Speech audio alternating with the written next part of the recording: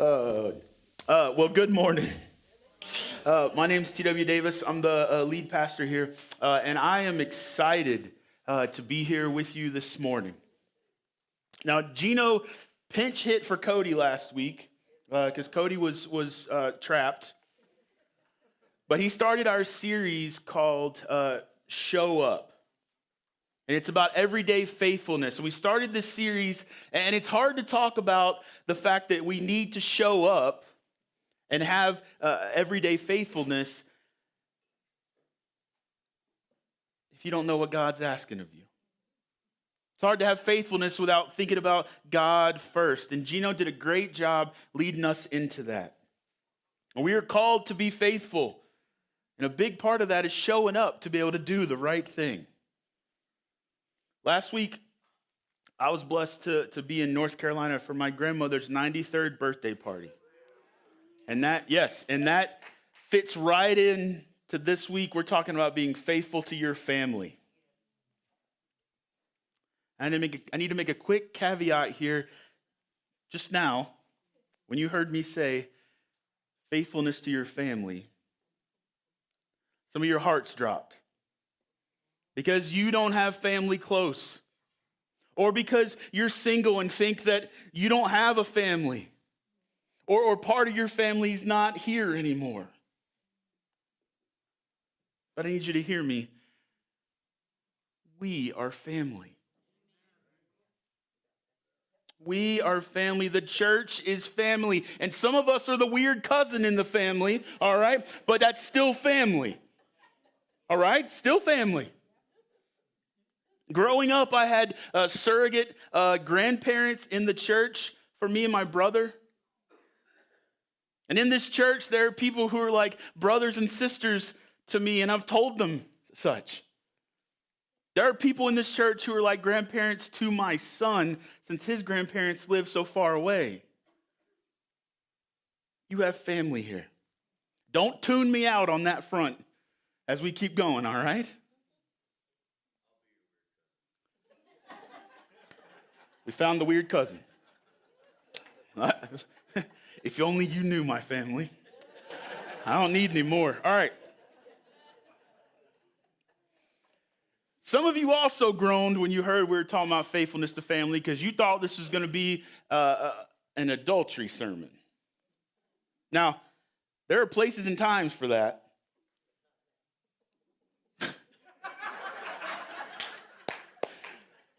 We are called to do that, but I would like to tell you that that is a low bar, all right? That is a low bar, and the point that I want you to take away from today is that if you are a believer, you're responsible for the people in your family, even when it's not easy. Even when it's not easy. Hold on to that for a second, all right? It has been 2.5 years since I accepted the lead pastor position here at Highpoint. 2.5 years.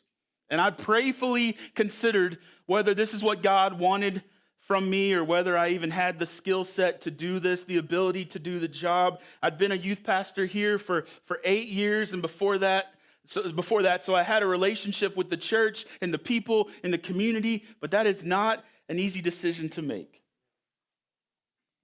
I had just turned 40. And Highpoint is blessed with so many godly people who have a lot more seasoning than I do. And I know that some people leave churches because they feel like they need a pastor who's older than them so that they can have someone to listen to or someone that they can respect here in their sermon or hear their direction or hear their vision. And my age was a deterrent in my mind, mainly because, well, I know me. So I talked to someone older than me, someone who started this church, who was in her late 80s at the time, and I expressed my hesitation, and she told me that if she had that attitude, she would never be able to listen to a preacher again.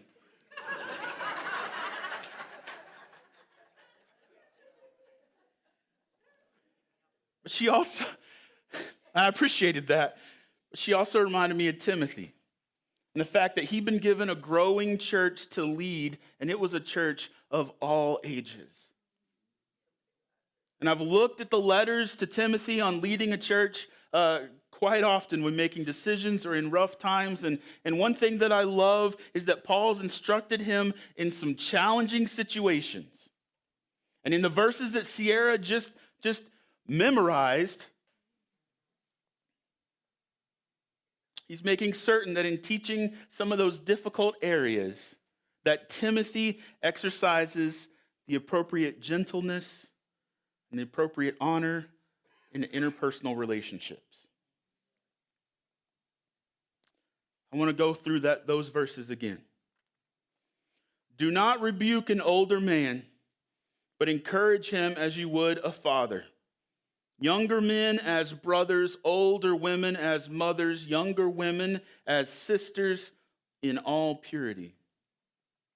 Honor widows who are truly widows. But if a widow has children or grandchildren, let them first learn to show godliness to their own household, and to make some return to their parents, for this is pleasing in the sight of God.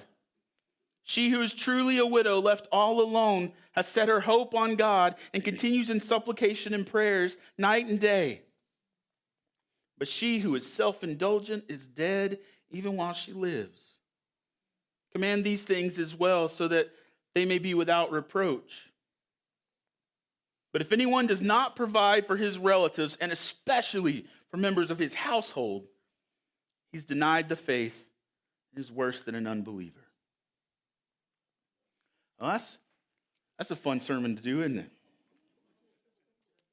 Timothy needs to approach his church like that he would a mother or a father or a brother or a sister. And I know it feels like he's talking specifically about women here, but that's because in this patriarchal society, widows were vulnerable.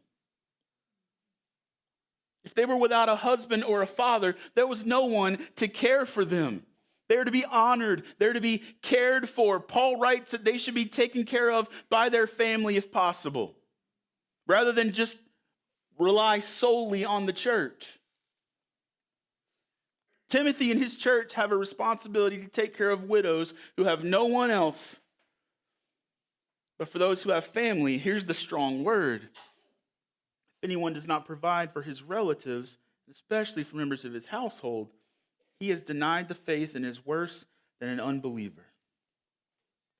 Paul is using commonly recognized responsibilities in order to encourage the relatives of widows to care for them, provide for them. Family members have this universally recognized duty to care for one another. Even unbelievers acknowledge that, right? And if a Christian fails here, he behaves contrary to the teaching of Jesus. And in this particular case, contrary to a typical unbeliever who does what they're supposed to do without Jesus telling them to. Even as Jesus hung on the cross, he made provision for his mother. Jesus called the disciples to give up the pleasures of family life in order to follow him. If anyone comes to me and does not hate his own mother and father and wife and children and brothers and sisters, yes, even his own life, he cannot be my disciple. See, there's a key here. Jesus is talking about giving up the pleasures of family life, not the responsibilities of family life. Taking care of family members is one of our ministry responsibilities. And this isn't just the only time that Jesus talks about this. He reinforces it in Matthew 15. He answered them, "Why do you break the commandment of God for the sake of your tradition? For God commanded, 'Honor your father and mother.' And whoever reviles father or mother must surely die. But you say, if anyone tells his mother or his father or his mother, 'What you would have gained from me is given to God,' he need not honor his father. So for the sake of your tradition, you've made void the word of God, you hypocrites." If you are using your serving of God, your ministry that is your baby, that you love, that you are doing great things for, and not taking care of your family, you're doing ministry instead of taking care of your family, you're missing the point. You're missing out on the responsibility that you're supposed to. You can have great intentions, and it's still wrong. There are all kinds of passages specifically addressing parents and husbands and wives. Faithfulness to your family matters to God.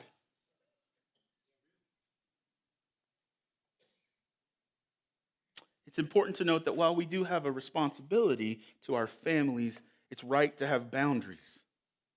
It's right to have boundaries in regards to people who have abused or neglected us. Yeah, God asked us to turn the other cheek, to love our enemies. But Jesus wasn't chained to other people's happiness. He obeyed and followed the Father's will. And at times, that meant walking away, like he had to do in Luke 4, when the people of his hometown said, heal us of every sickness, fix every problem we got. We don't have faith in you, but you can do some things. We'd like that to happen for us. Jesus walked away. Or when he didn't submit to the expectations of his earthly family in Matthew 13. We discussed that a few weeks ago. I heard someone say sometimes to follow in the footsteps of Jesus is to walk away from other people or let them walk away from us. God can redeem anything, but his work is what changes people's hearts. As much as we might want to change other people, that's not in our power. I've said it a bunch of times. I get quoted on this one more than anything, oddly enough. You ain't God.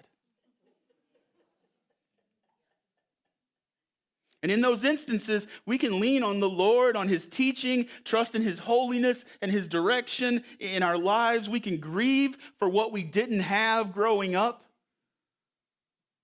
But don't make that your identity. Invest in the people that you do have. With your spouse, with your children, if you're single, with your chosen family. You may not know this. This may be news for you. I need to tell you. No family is perfect. Okay? No family is perfect, all right? Trust me. But in an imperfect family, there can still be a healthy environment.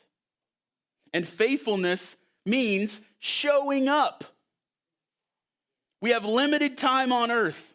We have limited energy every day. We have limited resources, and we ought to steward them well within our families. And I can't deny, most of us need to work many hours a week to survive in this world. But we can't become workaholics for a few extra bucks at the expense of the relationship with our closest relatives.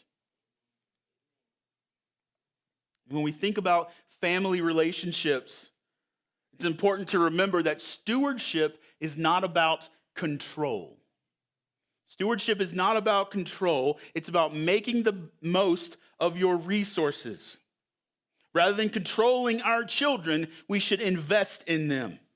Encourage growth. Encourage maturity. If control becomes the focus, you may end up damaging that relationship rather than nurturing it. In your marriage, steward the relationship by continually connecting with your spouse. As your friend, as your partner, as your lover. Don't be complacent. And don't be disengaged. So what does that look like? It's easy to say. What does it look like? Show up for dinner. Do the dishes. Play video games with your kids. Go to the school concert. Go to the hospital, even if it's not your parents. Show up and carry the burdens of housework, of high school, of aging parents. Show up when the toddler's knees are scraped, when middle school body odor needs addressing, when teens need curfew, when young adults' hearts get broken. Show up, be the one to wake up and do the diaper change in the middle of the night so the other person can get a few more minutes of sleep. I learned that one the hard way. Show up to cheer on promotions, career changes. Show up in grief and loss and hardship. Show up because faithfulness is found in the little moments and the big ones. The people that we love most, our parents, our spouse, our children, our friends, they're dear to us because we've created a relationship that's built on trust and empathy and grace and love, and those things don't happen overnight.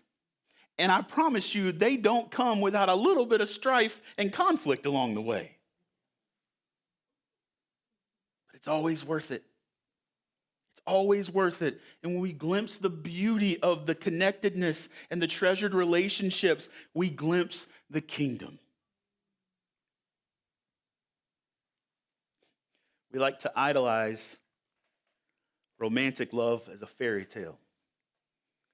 Whether it's Disney fairy tales before the princesses realized they weren't completely helpless, or the golden years in the 90s of rom-com stories that were tied up, where it's all tied up in a bow and everything ends up hunky-dory, happily ever after, right?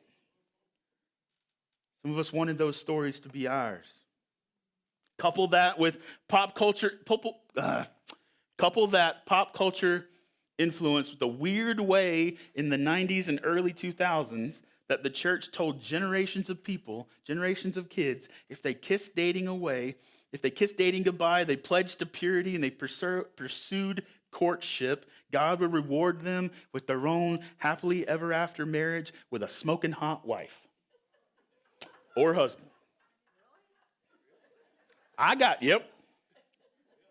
Many of us forget that relationships take work.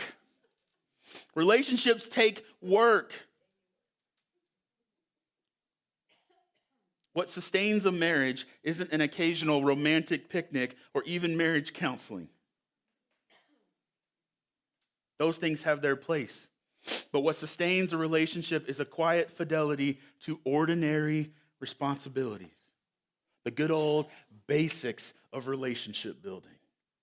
Eye contact, clear communication, thoughtfulness. The resurrection in romance is not the feelings or the grand gestures. It's the ordinary faithfulness of everyday decisions that turn your house into a home. It's taking stock of yourself. Taking stock of yourself and deciding that your own individual kingdom has to be destroyed. And there's a new order that's got to thrive. It doesn't mean you are half a person. It means dismantling your person and rebuilding a kingdom together. Our home is a place where we have a great responsibility to do it right. The epistles of the Bible give substantial time in encouraging wives and husbands and children to do right by one another. And boiled down, every instruction boils down to the same thing. It lands in the same place.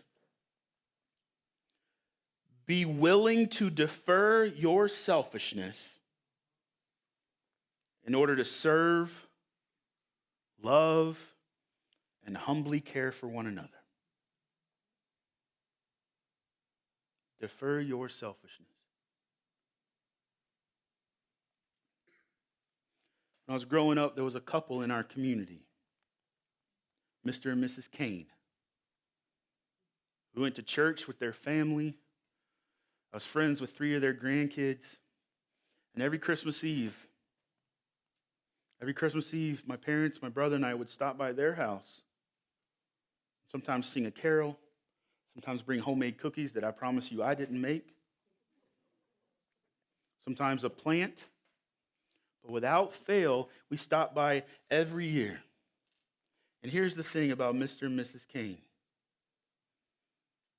For 6 years, I never saw him out of bed. He was a bedridden man. I don't think I ever heard him speak.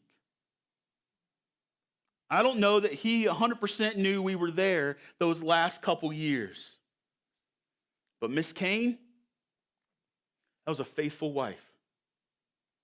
She took care of Mr. Kane every day, day in and day out, every night, every holiday. And their sons were instrumental in that care as well. I asked my mom every year, as a mature and discerning 9-year-old, why we have to make this stop, Mom. And her answer has stuck with me. She said, they deserve to feel loved and cared for and not forgotten by their church community. And today, that's us. And when we were done in the car, we were going to open presents right after that. We get in the car, my mom every year would say the same thing to me and my brother. Boys, that's what for better or worse looks like. Keep that in mind when you get married. Some of you have had family that you took care of. Some of you are doing that right now. A spouse, a parent, a child who needs special attention, and you are doing your absolute best to care for them. And if no one has said it to you yet, I'll say it right now. Good job. Good job. Let me tell you, I see you in your good works, in your frustrations, in your exhaustion, in your tears about how difficult it is. God sees you, and I see you, and the church sees you, and God sees you doing a thankless job that a Christian is called to do. So let me say it today. Thank you for your faithfulness.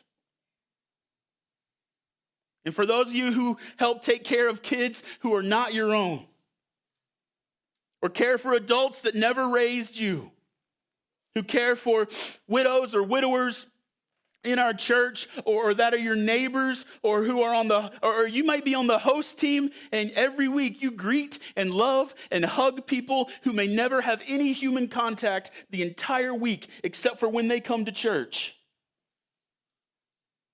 I see you.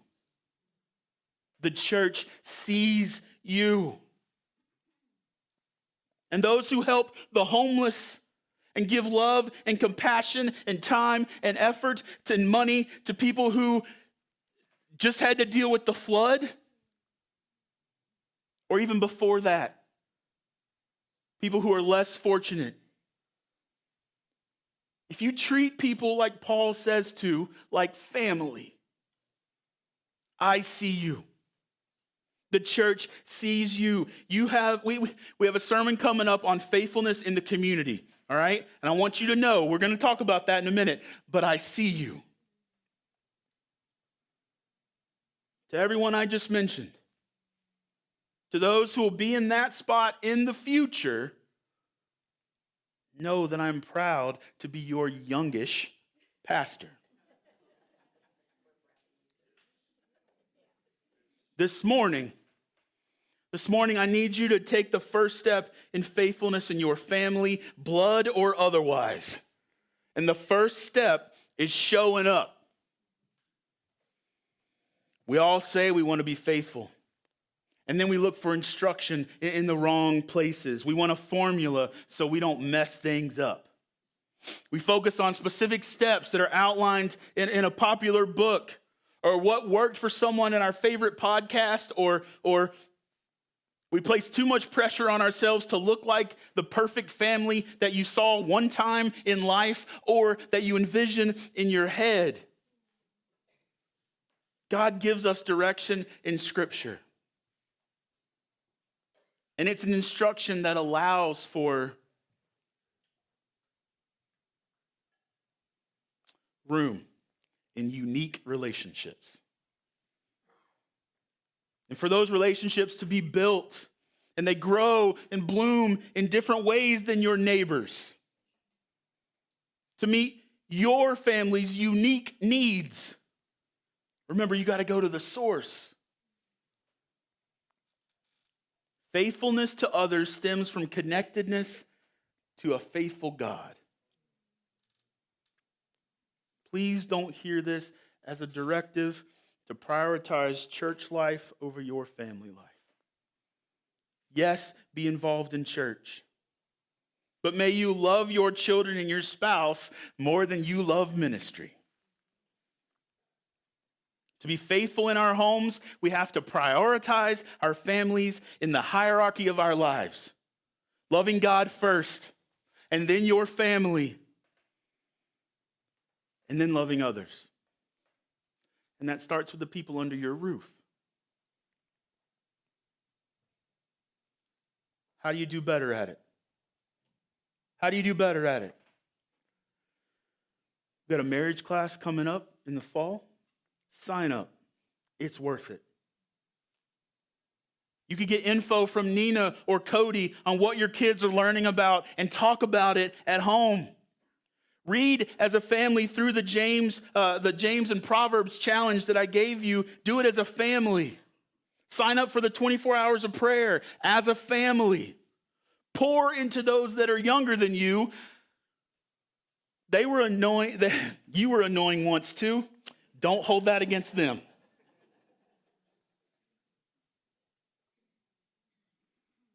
There's no such thing as Christian retirement.